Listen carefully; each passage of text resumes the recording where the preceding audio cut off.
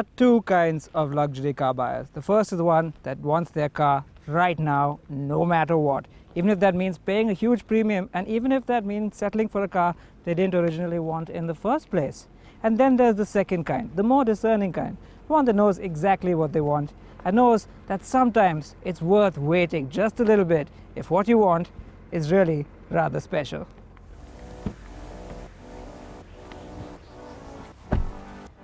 Welcome to the new Audi A8 L.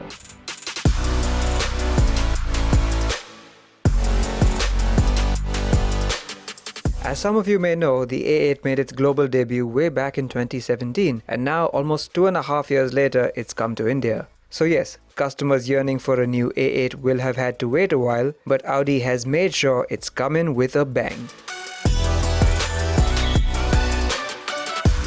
Now of course there's no other seat I could start the review of the A8 L in than this one. It is the new back seat, and well, they've really gone to town with it this time. For one, it's the split seat setup with the big central console, and that means a bit of storage here. This lovely techie spire sticking out with the detachable touchscreen that controls just about everything back here. I'll get back to that in a bit. And of course the seat controls for the two back seats. There's a wireless charger down here, and who could forget the drinks fridge between the seats. Lovely. Another thing worth mentioning is the rear entertainment system, which is now a pair of touchscreens, but it's more than that because these are actually Android tablets that you can detach and use on the move. But the real special thing about the rear cabin of the A8 is the seats themselves.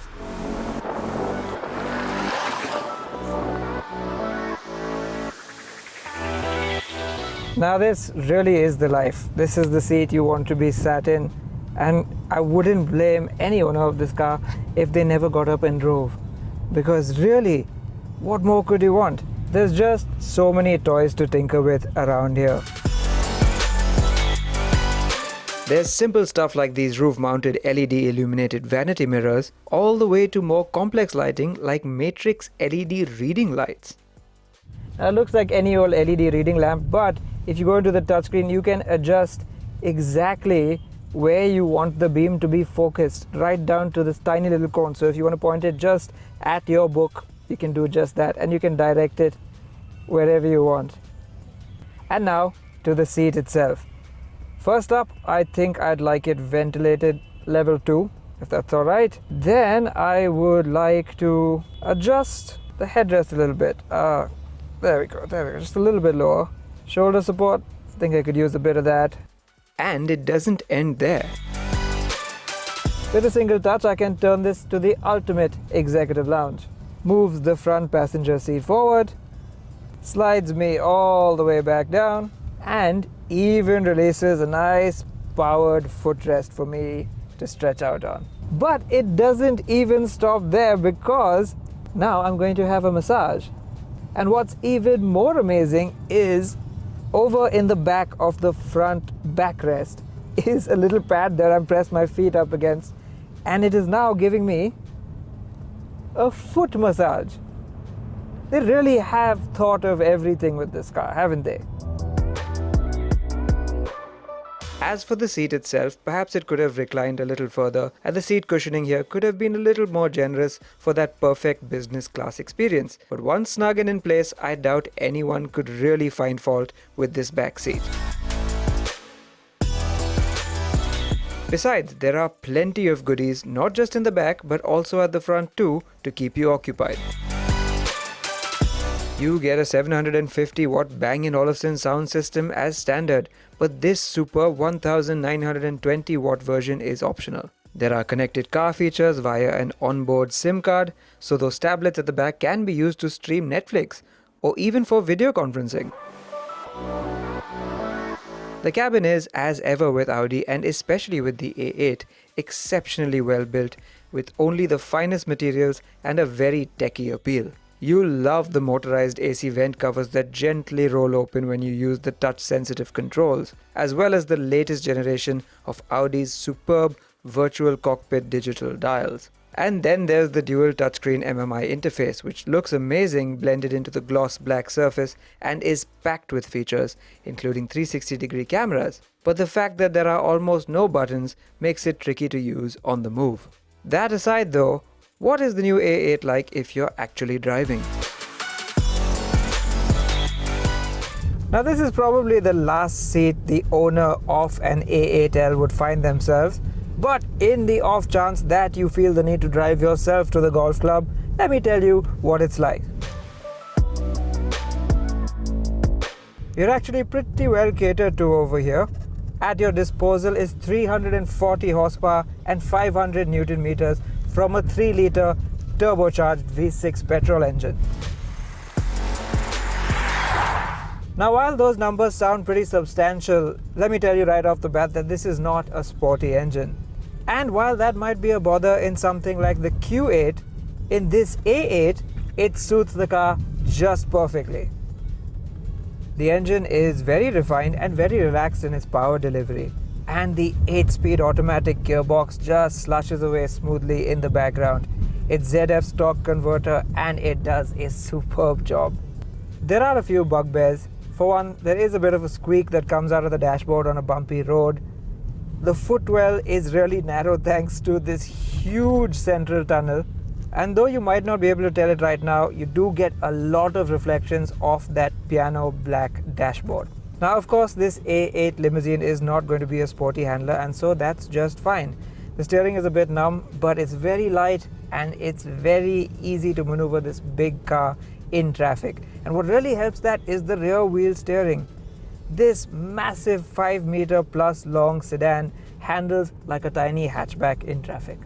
So yes, Mr. CEO, you are well catered to at the wheel of an A8L. What they've absolutely nailed is the ride. Air suspension is standard of course, but its calibration is just so spot on. It's comfortable and absorbs bumps with aplomb, but it never feels wayward or floaty like some rivals can. It can get a little fidgety in dynamic mode, so save this for when you're on a smooth road surface. For everything else, you'll want to just leave it in comfort and enjoy the plushness. Some credit must go to the 19-inch wheels and their relatively sensible tire size for soaking up some of the bumps. You should be able to spec 20-inch wheels, but they likely won't ride as well. Speaking of the wheels, the sporty 5-spoke design is about the only overtly sporty looking thing on the outside. It's all business with straight lines and creases. If the 10-foot wheelbase wasn't enough, the rear overhang extends far out, making it look like a proper stretched sedan. What also helps is the window line, which stretches far back, allowing it to have a coupe-like shape without compromising on headroom. If you thought BMW's new grills were big, remember Audi has been doing its Bulgarian beard single frame signature for far longer, and this latest one, finished in chrome, is the biggest one yet. There's plenty of chrome elsewhere too, in the fog lamp surrounds, the base of the doors, the tail lamp cluster, and all over the rear bumper. That might seem a bit excessive at first, but to deliver that all-important road presence for a luxury car, it just works. If you can look past the fact that this car is already 2 years into its life cycle, you've got a very compelling option in the A8. Since it's a full import, it's a bit more expensive than its locally assembled rivals, the S-Class and the 7 Series. The differentiator, like with its sibling the Q8, will be an intense level of customization. Owners will have access to the full Audi exclusive catalogue of paints, upholstery, trims and wheels, which should ensure that each car stands out. Moreover, though there are options, the standard specification is very generous, so you'll still get a comprehensive luxury experience. Audi knows it has lost precious ground to Mercedes and BMW in this top tier of brand-defining flagship luxury sedans. And to make up for it, it's pulled out all of the stops with the new A8L, offering a no-compromise package that's sure to make an impact as big as the grille on its nose.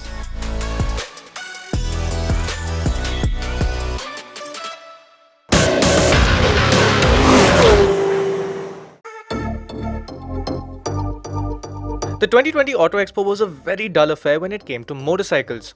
Only 2 mainstream manufacturers took part this year, and while there were multiple startup businesses with EVs to display, the majority of them were more or less rebadged low-cost Chinese products.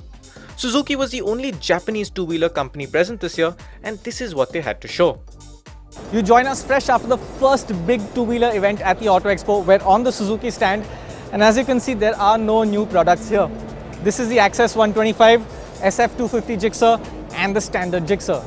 The big news is that Suzuki has finally upgraded its entire lineup to BS6. We don't know what these BS6 numbers were earlier. Today the numbers have been revealed.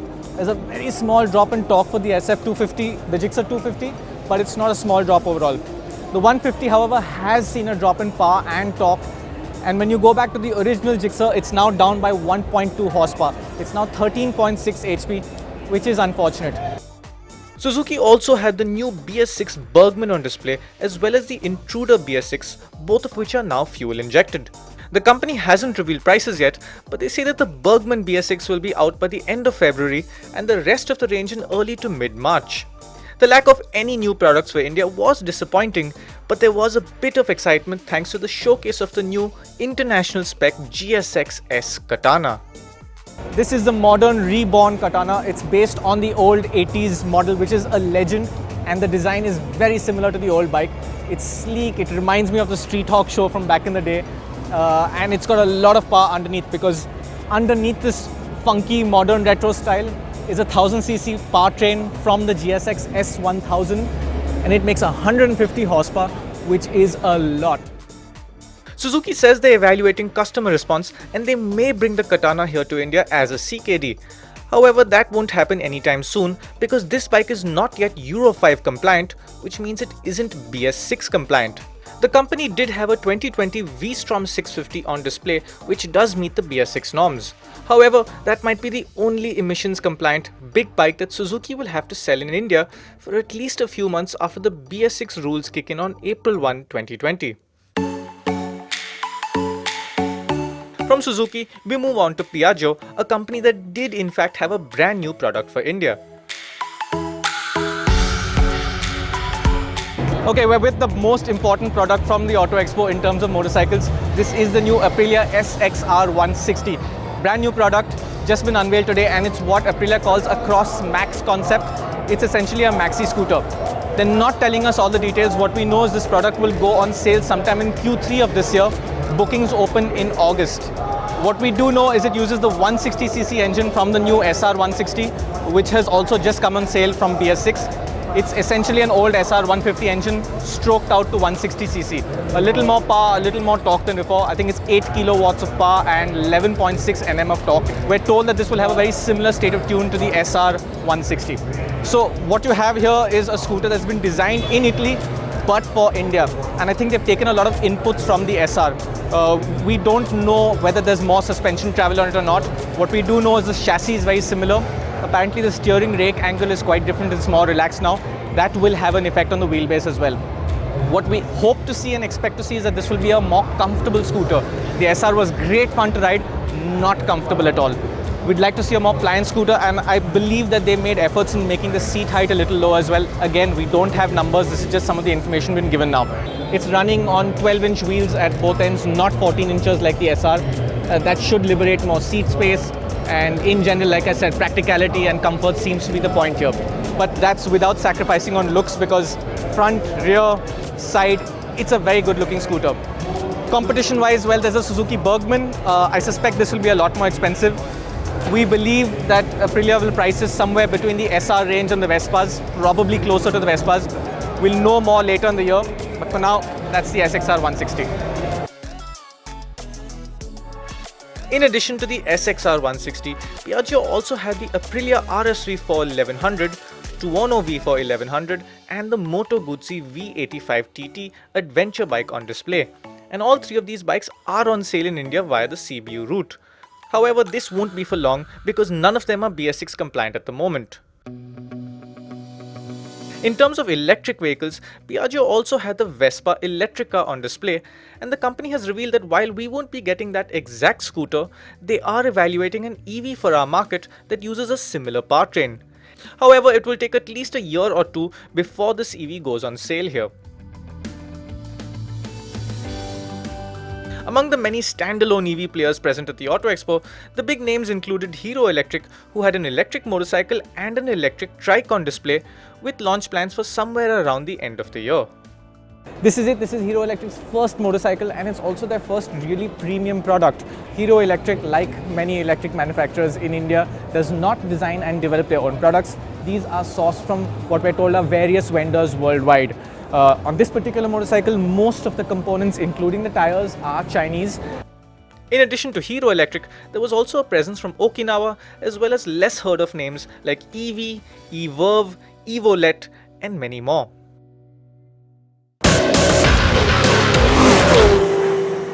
So here we are at Auto Expo 2020, and as expected, everyone is showing some form of electrification. But let's forget about EVs for a moment and let's talk petrol. Let's talk about the petrol in our veins, and this is what it represents. This is the epitome of petrol technology. What we have over here is a new range of petrol engines from Mahindra.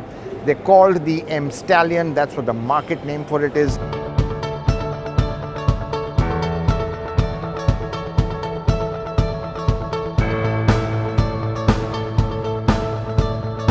But basically it's a range of two engines. You've got two which belong to one family, and making its debut here is the top of the line and the most powerful Mahindra engine yet, which is a 2-liter turbo gasoline direct injection engine producing about 190 horsepower and about 380 newton meters of torque.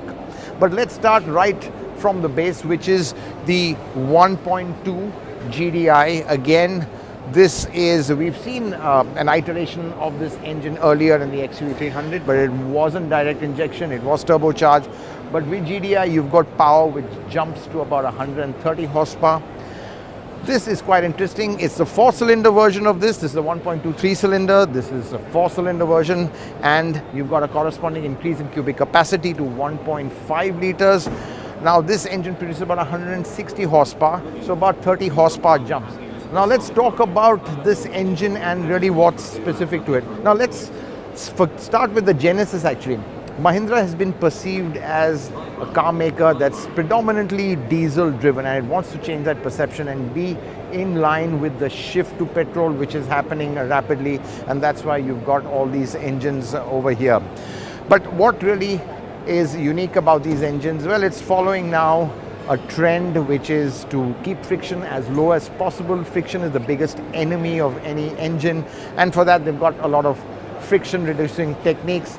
Most important being what they call an offset crank. Now why do they put the crank offset? It's so that the piston can go up and down straight and it doesn't put pressure on the cylinder walls, because putting pressure increases friction. So they want least resistance as much as possible of the piston going up and down, and that's typically done by an offset crank. Also, these are very long stroke engines. They've got a small bore and a long stroke, because a small bore, because of its smaller circumference, also rubs less against the cylinder as well. So a lot of friction reduction techniques over here as well. But I think what's also quite important is that these engines, all of them employ what is an integrated exhaust manifold. That exhaust tracks are part of the cylinder head. You don't have a separate one, and the advantage of that is it allows the exhaust gases to be cooled. Now there's a cooling system around the exhaust tracks which really controls the temperature. And what is the benefit of cooling or an engine running cooler with lower exhaust gas temperatures is that you can run a more advanced ignition timing, so knock is less. And don't forget, all these engines have to run now on 91 octane fuel. Yes, you have reached BS6, but we were to get 95 octane, that's not happened. You're back to the low octane. That's why it's very crucial to keep the engine temperatures as low as possible, so you can run a higher compression ratio for better fuel efficiency and also go to the knock limit, both of which improve performance and fuel efficiency. There are also a lot of NVH improvement tricks used over here.